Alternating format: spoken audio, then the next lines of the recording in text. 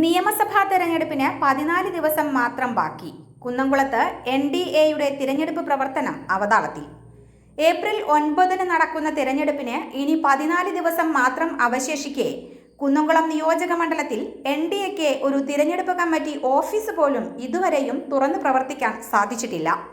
മറ്റ് രാഷ്ട്രീയ പാർട്ടികൾ നിയോജക മണ്ഡലം കൺവെൻഷനുകൾ വരെ നടത്തിക്കഴിഞ്ഞ സാഹചര്യത്തിൽ NDA ഇത് പഞ്ചായത്ത് തല കൺവെൻഷനുകൾ മാത്രം നടത്തി അവസാനിപ്പിക്കാനുള്ള തീരുമാനത്തിലാണ് എന്നാണ് അറിയുന്നത്. NDA ഘടകകക്ഷിയായ BDJS-നാണ് കുന്നംകുളം നിയോജക മണ്ഡലത്തിൽ ഇത്തവണ സീറ്റ് നൽകിയിട്ടുള്ളത്. മേഖലയിലൊന്നും ഫ്ലക്സ് ബോർഡുകളോ ചുവരെഴുത്തുകളോ ഇതുവരെയും പ്രത്യക്ഷപ്പെട്ടിട്ടില്ല. ആദ്യ റൗണ്ട് പര്യടനം പൂർത്തീകരിക്കാൻ പോലും ഇവർക്ക് സാധിച്ചിട്ടില്ല.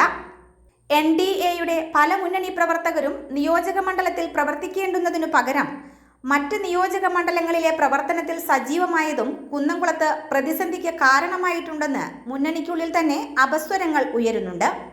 BDJS നോർത്ത് ജില്ലാ പ്രസിഡന്റ് KR റെജിലാണ് ഇത്തവണ NDAയെ പ്രതിനിധീകരിച്ച് മത്സര രംഗത്തുള്ളത്.